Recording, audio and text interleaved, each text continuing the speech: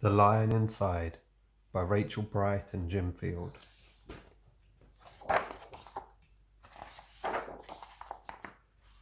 In a dry, dusty place, where the sand sparkled gold, stood a mighty flat rock, all craggy and old.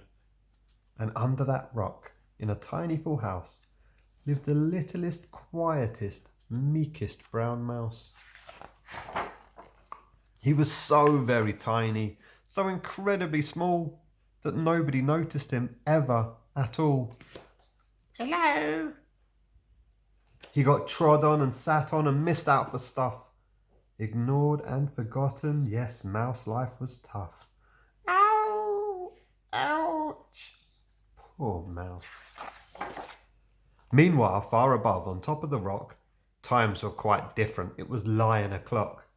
This huge, toothsome creature made sure everyone saw how important he was by how loud he could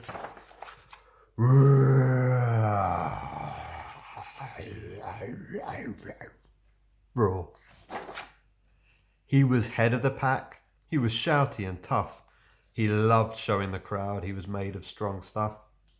Yes, all were impressed by this mighty king cat, If only thought Mouse. I could be more like that.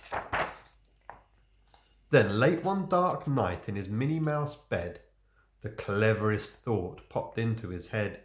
He jumped from the covers and held up a paw. I've got it. He said, What I need is a roar. Roar. I mean, what if this mouse with the weeniest squeak was a little more grrr and a little less meek? well, he'd still be the smallest of fuzzy brown mice, but he'd make friends and join in and life would be nice, Yes, thought the mouse. I must find out how. I will learn how to roar and I will learn it now. But, oh my gosh, there was only one beast who could teach him this thing, but might make him a feast. It was time to be strong, take a chance. After all, forever was such a long time to feel small. So, he made himself brave and he thought like a winner. He set off for the top, hoping not to be dinner.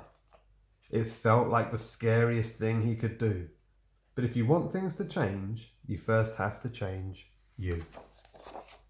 The further he climbed, the closer he got to the slumbering lion reclining on top. Then at last, as he stood on his tippity toes, he found himself suddenly nose to nose.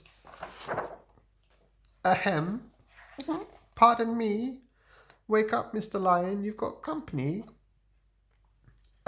Squeak, Mr. Lion, what I've come to you for is... squeak. Do you think you could teach me to roar? A silence befell that twinkling plain. Lion opened his eyes and puffed out his mane. Time slowed right down why it felt like a week. Then he opened his mouth and let out an Eek! The lion was shaking, his paws all a fumble. He was backing away with a scrambling tumble.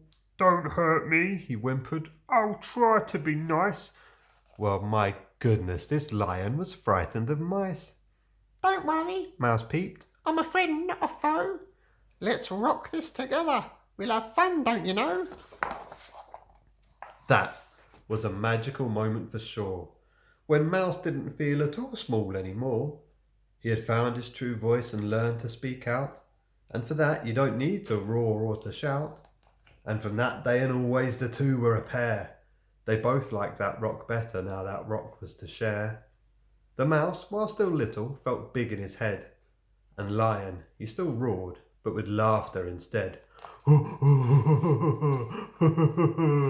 Brilliant. Yes, that day they both learned that no matter your size, we all have a mouse and a lion inside.